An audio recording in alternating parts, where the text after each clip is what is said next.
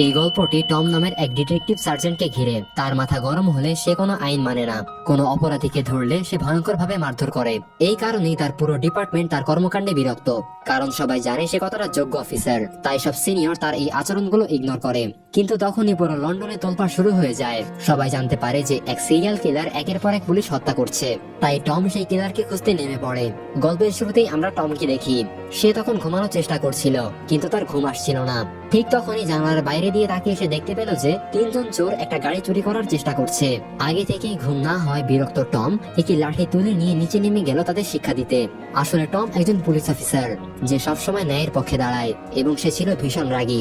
সে এক ছেলের পায়ে লাঠি দিয়ে আঘাত করে, কিন্তু তখনই তার এক সঙ্গী ছুরি বের করে উল্টো টমকেই হুমকি দিতে শুরু করে। তখন টম একটা কথাও না বলে তাদের এমন মার মারলো যে তিনজন ব্যথায় মাটিতে গড়াগড়ি খেতে লাগলো। পরের সকালে ওই চোরদের মারধরের খবর মিডিয়াতে আগুনের মতো ছড়িয়ে পড়ে। মিডিয়া আগে পুলিশের বিরুদ্ধে সুযোগ খুঁজছিল, আর এবার তারা পুলিশের বদনাম করার নতুন সুযোগ পেয়ে গেল।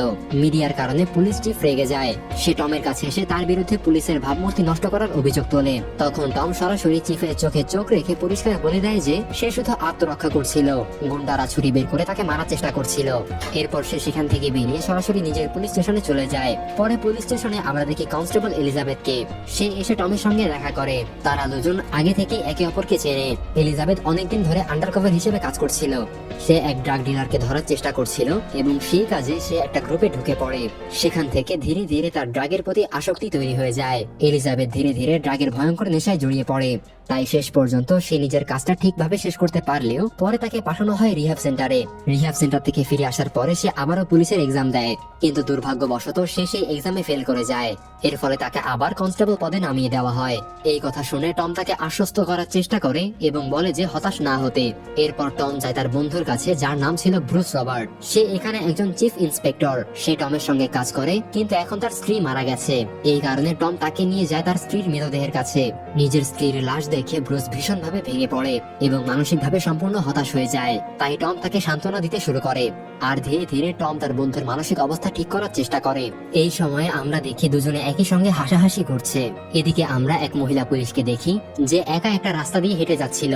হঠাৎ করে এক ব্যক্তি তার সামনে আসে, যার হাতে একটা বন্দুক ছিল। সে সেই পুলিশকে গুলি করে এবং সঙ্গে সঙ্গে সেখান থেকে পালিয়ে যায়। চোখের পলকেই ওই পুলিশের মৃত্যু হয়।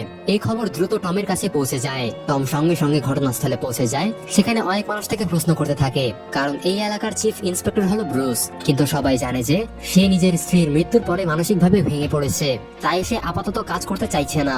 কিন্তু একজন পুলিশের মৃত্যু খুব বড় বিষয়, তাই সরকার চায় যত দ্রুত সম্ভব এই রহস্যের সমাধান হোক। এই কারণেই এখানে একজন টেম্পোরারি ইন্সপেক্টর পাঠানো হয়, যার নাম পোর্টার ন্যাশ। পোর্টারের আসার কারণে অনেকে অসন্তুষ্ট হয়, কারণ চারদিকে এই গুজব ছড়িয়ে পড়েছে পোর্টার আসলে একজন গে। এই কারণে কেউই তার অধীনে কাজ করতে চায় না।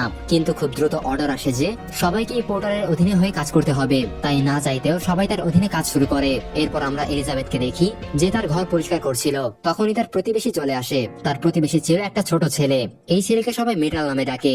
সে ছোটখাটো চুরি করে এবং ছোট ছোট গ্যাং এর সঙ্গে কাজ করে, কিন্তু এখন তার গ্যাং এর লোকেরা কাউকে খুন করে ফেলেছে। মেটাল কোনো বড় ঝামেলায় জড়াতে চায় না, তাই সে এলিজাবেথকে খবর নিতে বলে যে লোকটি মারা গেছে নাকি এখনো বেঁচে আছে। এরপর এলিজাবেথ তাকে সতর্ক করে দেয় এবং বলে, এই কাজটা আমি শেষবারের মতো তোমার জন্য করছি।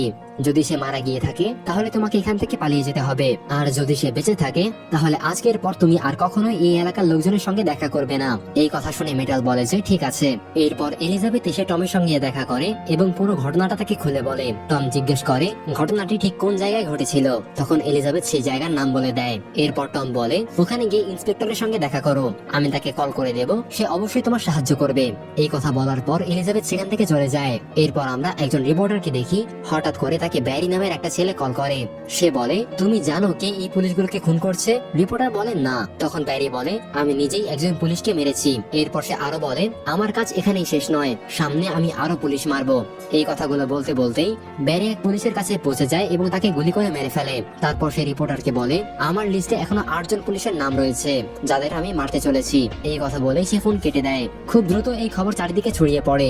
এরপর তখন আমরা পোর্টারকে দেখি যে টমের কাছে এসে বসে এবং সে টমের সঙ্গে কথা বলতে শুরু করে। কথা বলতে বলতে পোর্টার টমকে বলে যে তুমি কি সত্যিই ঠিক তেমনই যেমনটা সবাই তোমার সম্পর্কে বলে, কিন্তু আমার এমনটা মনে হয় না। এই কথা শুনে টম বুঝে যায় যে পোর্টার তার সম্পর্কে অনেক কিছুই জানে। এর মধ্যে খবর আসে যে আরেকজন পুলিশ মারা গেছে। এখন সবাই আদা জল খেয়ে তদন্তে নেমে পড়ে। শহরের সব ক্রিমিনালকে ধরা শুরু হয় এবং তারা চারিদিকে নিজেদের ইনফরমারদের সঙ্গে কথা বলতে থাকে এই কাজটা আসলে কে করেছে সেটা জানার জন্য। কিন্তু এত চেষ্টা করেও কেউ কিছু জানতে পারে না। এরপর টমের কাছে একজন নেশাখোর লোক কল করে। টম তার সঙ্গে দেখা করতে চায় এবং দেখা হওয়ার পরে সেই লোক বলে যে একজন লোকের উপর তার সন্দেহ আছে যে একজন পুলিশ অফিসারের কুকুর পুড়িয়ে দিয়েছিল এবং সে এই ব্যক্তিকে জিজ্ঞাসা করেছিল যে সে এমনটা কেন করছে। তখন সে বলেছিল যে সে প্র্যাকটিস করছে কারণ সে পুলিশ অফিসারদের কষ্ট দিতে চায়। টম জিজ্ঞেস করে ওকে আমি কোথায় পাবো। তখন লোকটি বলে তুমি তাকে পিকক জিমে পাবে। এই জন্য টম পৌঁছে যায় পিকক জিমে। সেখানে জিজ্ঞাসাবাদ করার পরে সে বাড়িতে পৌঁছায়। তখন তার মাথায় পোর্টারের কথাগুলো ঘুরতে থাকে। সে ভাবতে থাকে পোর্টার একদম ঠিক কথা বলছিল। সে নিজেকে যেমন দেখায় আসলে সে মোটেও তেমন নয়। তাই টম পোর্টারের বাড়িতে পৌঁছায় এবং তার সঙ্গে কথা বলতে শুরু করে।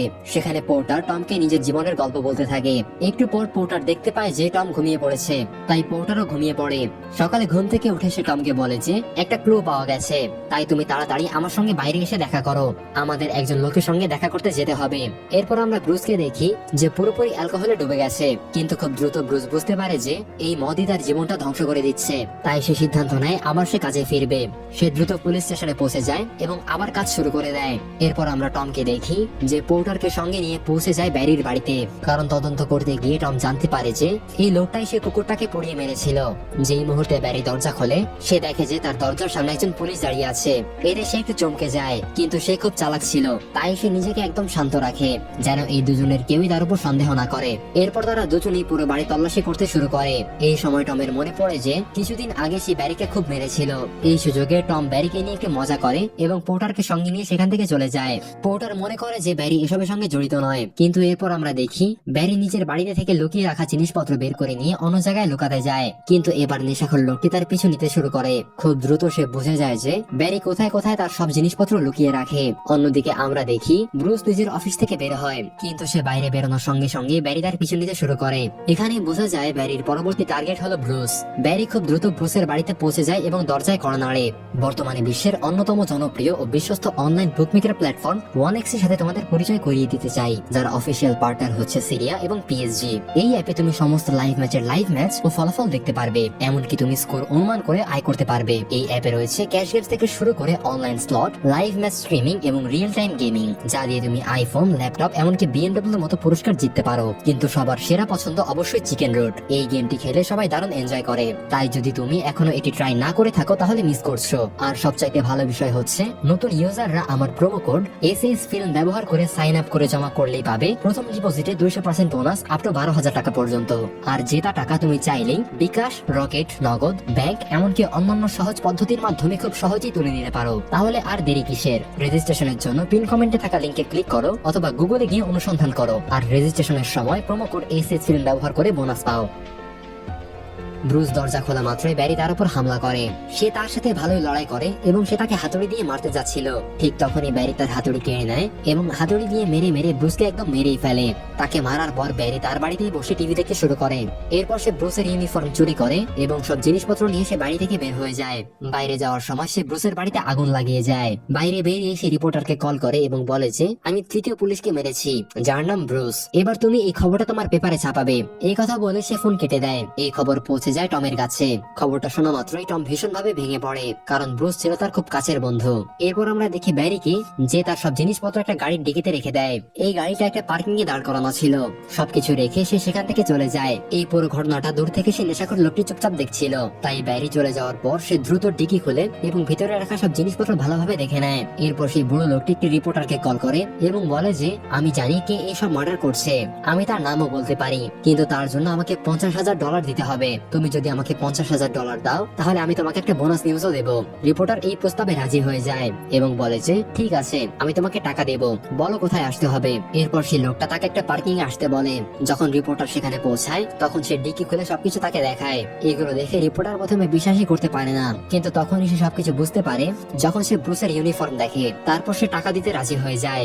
দুজনের মধ্যে কথা চলতে থাকে। এই সময় ব্যারি দেখে ফেলে যে ওই নেশাখোর লোকটা রিপোর্টারকে এখানে নিয়ে এসেছে। তারা চলে যাওয়ার সঙ্গে সঙ্গে ব্যারি গোপনে সব জিনিসপত্র আবার অন্য জায়গায় নিয়ে যায়। এরপর আমরা এলিজাবেথকে দেখি যে পৌঁছে যায় ক্র্যাকের কাছে।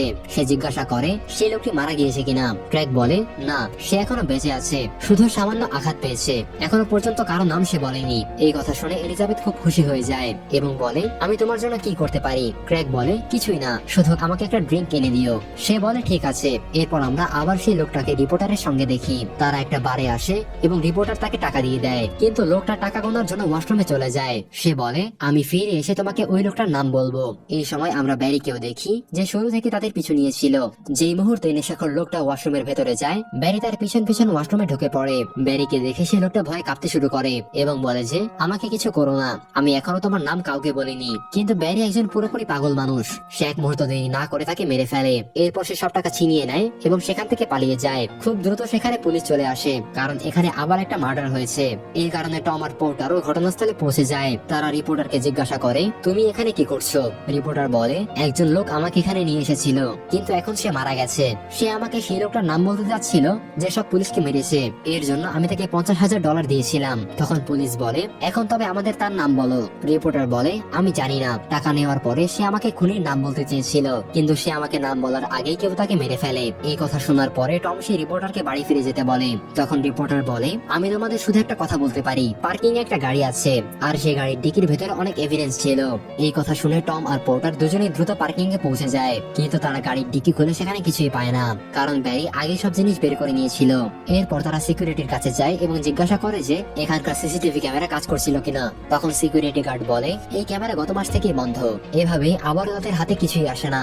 এরপর আমরা এলিজাবেথকে দেখি সে তৈরি হচ্ছে যেন ক্র্যাকের সঙ্গে দেখা করতে যেতে পারে। এলিজাবেথ দ্রুত ক্র্যাকের কাছে পৌঁছায় এবং ক্র্যাকের সাথে ভালো সময় কাটাতে থাকে এবং মনে মনে ভাবতে থাকে হয়তো ক্র্যাক তাকে পছন্দ করে।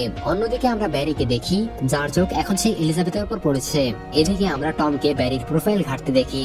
সেখানে সে একটা ভয়ঙ্কর বিষয় খুঁজে পায়। এখন পর্যন্ত যেসব পুলিশ মারা গেছে তারা সবাই সেই অফিসার যারা এক সময় ব্যারিকে অ্যারেস্ট করেছিল। এখন পর্যন্ত ব্যারি 3 জন পুলিশকে মেরে ফেলেছে। আর এই লিস্টের চতুর্থ নাম হলো এলিজাবেথের, কারণ চতুর্থবার এলিজাবেথই ব্যারিকে অ্যারেস্ট করেছিল। তাই এখন টম এলিজাবেথকে কল করতে শুরু করে। তার বিশ্বাস হয়ে গেছে যে ব্যারি সেই কিলার। সেই সময় ক্র্যাক এলিজাবেথকে বাড়ি পৌঁছে দিতে আসে। সে এলিজাবেথকে বলে যে পরে সে তাকে কল করবে। এই কথা শুনে এলিজাবেথ একটু রেগে যায়। সে চাইছিল তাদের দুজনের মধ্যে কিছু একটা হোক, কিন্তু ক্র্যাক এখানে খুব বেশি ফর্মাল আচরণ করছিল। এই কারণে সে রাগ করে সেখান থেকে চলে যায়। এলিজাবেথ যখন দরজা খুলতে যায় ঠিক তখনই ব্যারি তার উপর হামলা চালায়। সে প্রায় তাকে মেরে ফেলতে যাচ্ছিল, কিন্তু ঠিক সেই সময় মেটাল সেখানে পৌঁছে যায় এবং সে ব্যারির সঙ্গে লড়াই করতে শুরু করে। কিন্তু এই হাতাহাতিতে ব্যারি মেটালকে মেরে ফেলে। মেটালের লাশ দেখে এলিজাবেথ ভেঙে পড়ে এবং সে জ্ঞান হারিয়ে ফেলে। কিছুক্ষণের মধ্যেই টম আর পোর্টার সেখানে পৌঁছে যায়। পোর্টার দেখে যে এলিজাবেথের অবস্থা খুবই খারাপ।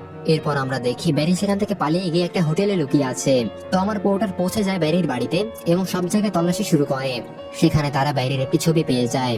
এই ছবিগুলো দ্রুত নিউজ চ্যানেলের হাতে পৌঁছে দেওয়া হয়। এরপর ব্যারির ছবি সব টিভি চ্যানেলে দেখানো হয়। যে ট্যাক্সি ড্রাইভার ব্যারিকে হোটেলে নামিয়ে দিয়েছিল সে টিভিতে সেই ছবি দেখে তাকে চিনে ফেলে এবং সঙ্গে সঙ্গে পুলিশকে কল করে জানায়। খবর পাওয়া মাত্রই টম আর পোর্টার দ্রুত সেই হোটেলের দিকে রওনা দেয়। সেখানে পৌঁছে টম দেখে যে ব্যারি ইতিমধ্যে পালিয়ে গেছে, কিন্তু টম বুঝে যায় সে খুব বেশি দূরে যেতে পারেনি। এই কারণেই টম আর পোর্টার তাকে ধাওয়া করতে শুরু করে। খুব দ্রুত ব্যারি তাদের চোখে পড়ে যায়। এটা বুঝে ব্যারি আরো দ্রুত দৌড়াতে থাকে আর টম তার পিছনে পিছনে ছুটতে থাকে। এইভাবে তারা পুরো শহর জুড়ে দৌড়াতে থাকে। শেষ পর্যন্ত ব্যারি এক জায়গায় আটকে পড়ে। টম দ্রুত ব্যারির দিকে এগিয়ে যায় যাতে সে তাকে মারতে পারে। তখন পোর্টার তাকে থামিয়ে দেয় এবং ব্যারিকে ধরে পুলিশ স্টেশনে নিয়ে যায়। সেখানে নিয়ে গিয়ে তাকে জিজ্ঞাসাবাদ করা হয়। তখন ব্যারি বলে আমি আমার লয়ারের সঙ্গে কথা বলতে চাই, কারণ এটা আমার অধিকার। অন্যদিকে আমরা এলিজাবেথকে দেখি সে নিজেকে মেটালের মৃত্যুর জন্য দায়ী করতে থাকে।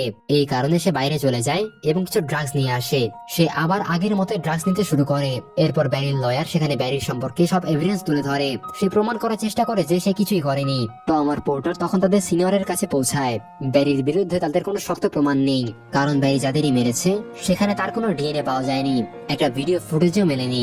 শুধু ব্রুসের অ্যাপার্টমেন্টে ডিএনএ থাকার কথা ছিল, কিন্তু ব্যারি পুরো অ্যাপার্টমেন্টটাই পুড়িয়ে দিয়েছিল। এই কারণে সেখানকার সব এভিডেন্স নষ্ট হয়ে গেছে। না চাইতেও ব্যারিকে তাদের ছেড়ে দিতে হয়। এরপর আমরা এলিজাবেথকে দেখি যে নিজের পুরনো ড্রাগ অ্যাডিক্টেড বন্ধুদের কল করে এবং বলে যে সে আবার ড্রাগস নিতে চায়। এরপর সে নেশা করতে বেরিয়ে পড়ে। এই সময় টম যায় ব্যারির কাছে এবং বলে যে আমি জানি তুমি সব কেন করছো, কারণ কিছুদিন আগে আমি তোমাকে খুব মেরেছিলাম এবং আমি তোমাকে অনেক লোকের সামনে অপমান করেছিলাম, কিন্তু সেই বিষয়টা তুমি সেখানে ভুলে যেতে পারতে। তুমি একজন নিরীহ ছেলেকে মেরেছিলে, তাই আমি তোমাকে মেরেছিলাম, কিন্তু তুমি অন্য পথ বেছে নিলে এবং তুমি সমস্ত পুলিশ অফিসারদেরকে মারতে শুরু করলে এবং এই কাজের ফলাফল তুমি খুব দ্রুতই পাবে।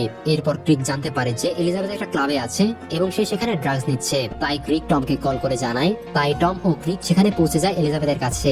তারা তাকে তুলে নিয়ে একটা অ্যাপার্টমেন্টে নিয়ে আসে এবং দেখে যে সে পুরোপুরি নেশাগ্রস্ত। তাই তারা তাকে একটা বাথটাবে বসায় যাতে তার নেশা কিছুটা কমে। নেশা কাটার পরে এলিজাবেথ খুব ভেঙে পড়ে এবং বলে যে সে আন্ডারকভার হওয়ার আগেও নেশা করতো, আন্ডারকভার হওয়ার পরে সে আবার নেশা করার সুযোগ পেয়ে যায় আর ধীরে ধীরে সবকিছু নিয়ন্ত্রণের বাইরে চলে যায়। আর সে এখনো নিজেকে মেটালের মৃত্যুর জন্য দায়ী মনে করছে, কিন্তু টম তাকে বোঝায় যে যা কিছু ঘটেছে সেখানে তার কোনো দোষ ছিল না। সকালে আমরা দেখি পুলিশ ব্যারিকে ছেড়ে দিচ্ছে। ব্যারি সেখান থেকে খুশি মনে বেরিয়ে যাচ্ছে। সে মিডিয়ার সামনে এমন ভাবে হাঁটছে যেন সে কোনো সেলিব্রিটি। সে এখানে সমস্ত পুলিশ অফিসারদেরকে ব্যঙ্গ করছে, বিশেষ করে টমকে। এতে টম রাগে লাল হয়ে যায়। এরপর আমরা দেখি ব্রুসের ফিউনারাল হচ্ছে আর সেখানে সব পুলিশ উপস্থিত ছিল। ঠিক তখনই আমরা ব্যারিকে দেখি যে ব্রুসের ইউনিফর্ম পরে এসেছে। তারপরে টার্গেট হচ্ছে টম, তাই সে টমের ফোনে একটা মেসেজ পাঠায় এবং তাকে একটা গোপন জায়গায় ডাকে। টম সেখান থেকে বেরিয়ে পড়ে। ব্যারি দূর থেকে তার পিছু করতে থাকে। কিছুক্ষণ পরে টম সেই গোপন জায়গায় পৌঁছে বিল্ডিং এর ভিতরে ঢুকে পড়ে। ব্যারিও তার পিছু নেয়। ব্যারির হাতে একটা গান ছিল। পিছু করতে করতে ব্যারি ছাদে পৌঁছায়। সে টমকে বলে যে পেছনে তাকাও, কারণ তোমার মৃত্যু তোমার পেছনে দাঁড়িয়ে আছে। তখন ব্যারি দেখে সেই লোকটা টম নয়, বরং পোর্টার দাঁড়িয়ে আছে। এটা দেখে ব্যারি অবাক হয়ে যায়। ঠিক তখনই টম পেছন থেকে এসে তাকে ধরে ফেলে এবং বলে যে তোমার কি মনে হয়েছিল তুমি আমাকে ফাঁদে ফেলছো? না, আমি তোমাকে ফাঁদে ফেলেছি। এই কথা বলার পরে সে ব্যারিকে মারতে যায়। ব্যারি তখন টমকে বলে যে তুমি আমাকে মারতে পারবে না, পুরো দুনিয়া জানে আমি নির্দোষ। তুমি যদি আমাকে মারো তাহলে আবার তোমার ডিপার্টমেন্টের উপর প্রশ্ন উঠবে। টম বলে কে বলবে যে আমি তোমাকে মেরেছি? কেউই তো আমাকে সন্দেহ করবে না। কোর্ট যদিও তোমাকে নির্দোষ ঘোষণা করেছে, তবুও আমি তোমাকে মারবো। তুমি পুলিশ ইউনিফর্ম পরে আছো, তোমার মৃত্যুতে সবাই ভাববে যে তুমি ডিউটির সময় মারা গেছো, আর কেউই জানবে না যে তুমি ব্যারি। এই কথা বলার পর টম ব্যারিকে মেরে ফেলে। এখানে ব্যারির মৃত্যু হয়। এরপর পোর্টার এখানকার সব এভিডেন্স মুছে দেয়। এরপর টম সেই রিপোর্টারের কাছে যায় এবং তার উপর কুকুর ছেড়ে দেয়, কারণ রিপোর্টার সবসময় টমের বিরুদ্ধে উল্টাপাল্টা লিখতো। টম জানতো যে ব্যারির মৃত্যুর পরেও সে আবার উল্টাপাল্টা লিখবে, তাই টম রিপোর্টারের উপর কুকুর ছেড়ে দেয় এবং সেই কুকুরগুলো তাকে ছিঁড়ে ফেলে। এর সাথে এই গল্প এখানে শেষ হয়ে যায়। তো বন্ধুরা, সিনেমাটি কেমন লাগলো কমেন্ট করে অবশ্যই জানাবেন।